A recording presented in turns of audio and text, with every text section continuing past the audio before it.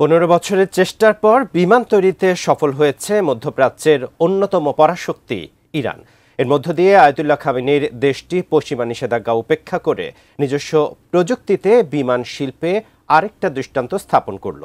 ইরানের তৈরি সেই বিমান নিয়ে বিস্তারিত জানাচ্ছেন শেখ ফরিদ।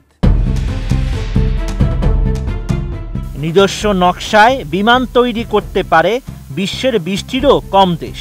সেখানের একটি হয়ে আরেকবার চমক দেখিয়েছে মধ্যপ্রাচ্যের অন্যতম পরাশক্তি ইরান।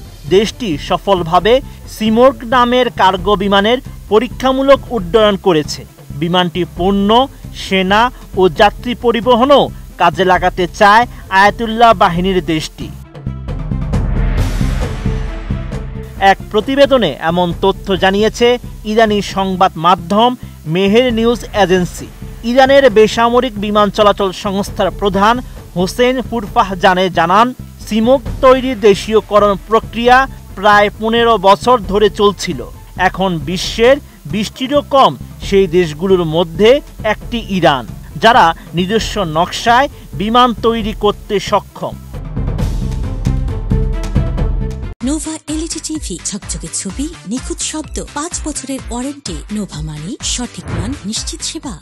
সিমোর্গ নামটি ফার্সি সাহিত্যের এক পৌরাণিক পাখি সিমোর্গ এর নামে রাখা হয়েছে, যা মূলত শক্তির প্রতীক। সিমোর্গে রয়েছে দুটি 2500 হর্স পাওয়ার ইঞ্জিন, যা তাকে শক্তিশালী করছে। এটি 6 মেট্রিক টন পণ্য নিয়ে 3900 কিলোমিটার দূরত্ব অতিক্রম করতে সক্ষম। এর সর্বোচ্চ টেক অফ ওজন 21.5 মেট্রিক টন। দ্রুত, হালকা ও চটপটে বিমান হিসেবে বর্ণনা করা হয়েছে সিমোর্গকে, যার উচ্চ পণ্য বহন ক্ষমতা এবং ইরানের আবহাওয়ার সঙ্গে সামঞ্জস্যপূর্ণ নকশা রয়েছে।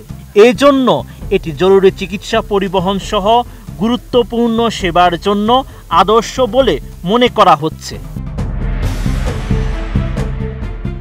সমরবিদরা বলছেন, বিমানটি ইরানের স্থল ও নৌবাহিনীর পরিবহন সক্ষমতা বাড়িয়ে তুলবে, যাতে আয়াতুল্লাহ বাহিনী সহজে দেশের বিভিন্ন ঘাঁটির মধ্যে সেনা বা সরঞ্জাম পরিবহন করতে পারে।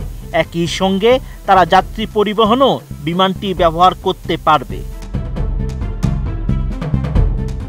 বিশেষজ্ঞদের মতে, সিমোর্গ মূলত ইরান 140 মডেলের একটি সংশোধিত সংস্করণ, যা ইউক্রেনের আন্তনভ AN-140 নকশার উপর ভিত্তি করে বানানো।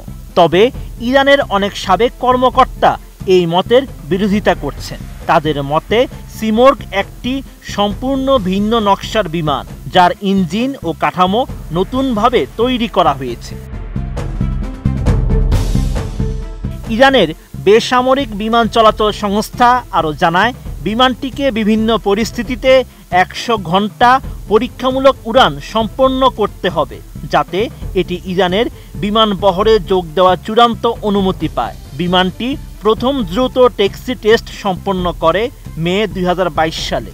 এবার চূড়ান্ত অনুমোদনের অপেক্ষা। Sheikh Farid, ATN news.